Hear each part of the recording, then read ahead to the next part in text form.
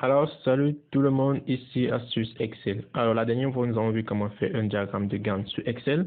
Alors, vous avez été nombreux à me demander comment est-ce que faire alors pour pouvoir exclure les week-ends, puisque là, ici, nous avons tombé ici la date de fin qui est un dimanche, et vous souhaitez exclure les week-ends et pourquoi pas également les jours fériés.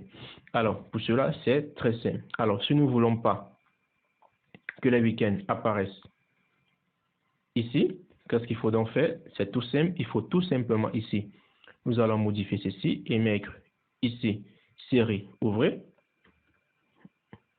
Donc, on va utiliser la fonction série jour, ouvrez. Là, on va mettre ça, la date de départ qui est ici. Là, voici le nombre de jours. Donc là, ici, dans le départ qui est celle-là. Et là, le nombre de jours qui est ici, qui est de 8 jours. On veut bien avoir 8 jours. Et pourquoi pas donc au moins 1 également. Et là, on ferme la parenthèse. Donc, ça va nous exclure tous les week-ends. Donc, vous allez voir que les week-ends ne vont plus apparaître. Alors, nous allons faire pareil avec les tâches qui suivent ici. Donc là, on va mettre la série jour ouvrée. Et là, la date de début, on va prendre celle-ci. Et là, le nombre de jours, celui-ci. Ou on pourrait directement prendre celui-ci est fait plus 1. Là, ça dépend de vous, mais on va s'arrêter ici. Là, vous voyez, nous avons donc le prochain qui sera ici le mercredi. Vous voyez bien évidemment notre tableau, notre graphique se met à jour de manière automatique. Alors, là, nous avons vu comment exclure les week-ends. Maintenant, en ce qui concerne les jours fériés, là également, c'est pareil. Alors, pour cela, il faudrait insérer dans cette colonne tous les jours fériés que nous voulons exclure. Ah, qu'est-ce qu'on a fait là, ici? Série jour ouvré. On a oublié de recopier cette formule. Le développement se fait de manière automatique. Comme ceci. OK. Et là, le dimanche également. Alors, le 11, c'était un jour férié. Là, il faut que changer ici, tout d'abord. Et mettre, par exemple, ici, le 9. Et débute le 9 février. Là, vous voyez que ça n'a aucun impact avec la date de fin, puisque là, on avait mis dimanche, c'était un dimanche, et puisqu'on a exclu le samedi et dimanche, donc, on n'a pas d'impact sur la date de fin.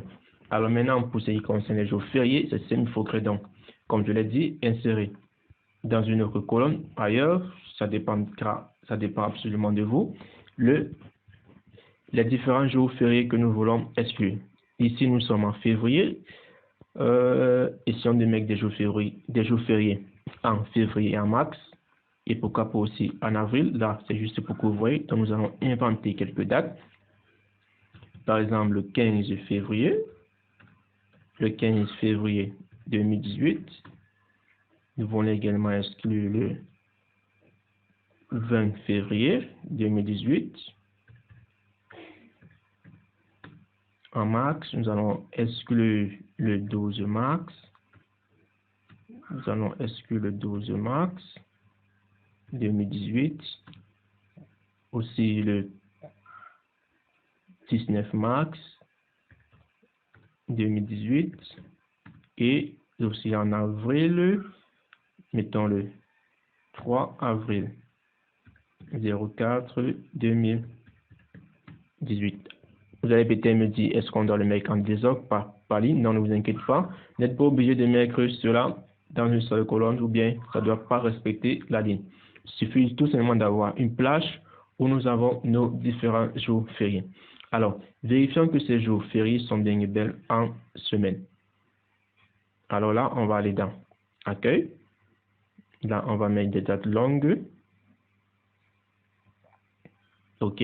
Là, vous voyez, ils sont tous en semaine. Alors, nous allons donc modifier notre formule. Là, on s'était arrêté uniquement au nombre de jours. Alors, à présent, nous allons donc sélectionner nos jours fériés. Donc, il s'agit de sélectionner notre plage, c'est-à-dire la colonne 1. Et là, valider. Vous voyez bien évidemment, les dates de fin vont être modifiées parce qu'il y aura des jours fériés à l'intérieur. Et c'est pareil pour notre graphique. Notre graphique se mettra également à jour de manière automatique. Là, ici, est fini lundi le 2 avril, là si j'insère 7 jours, là pour que ça tombe mardi le 3 avril, vous allez voir ce qui va se passer. Vous voyez, ça sauter le mardi 3 avril pour aller directement au 4 parce que mardi 3 avril est un jour férié. Alors, si vous aimeriez voir comment est-ce qu'on a fait pour avoir ce diagramme de Gann, je vais vous laisser le lien dans la description puisque c'est une vidéo que nous avons déjà faite. Et si vous avez aimé cette astuce, n'hésitez pas à me le dire en commentaire, à me laisser un petit pouce pour les encouragements, à vous abonner si ce n'est pas encore fait pour rejoindre ma grande communauté pour faire un tas d'astuces Excel de plus en plus impressionnantes sur ma chaîne et sans oublier d'activer la notification pour être notifié à chaque nouvelle vidéo sur la chaîne. Partagez aussi à d'autres utilisateurs d'Excel et récupérez vos petits cadeaux dans la description. Alors, on se dit à la prochaine pour une nouvelle astuce.